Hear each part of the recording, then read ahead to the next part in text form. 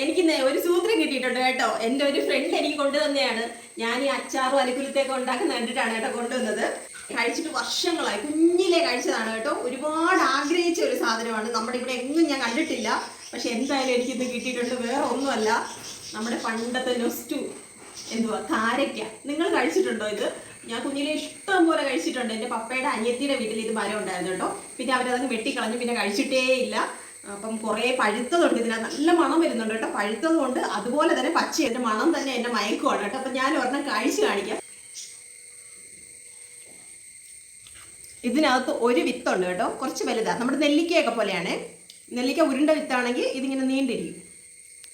Super ടേസ്റ്റാണ്.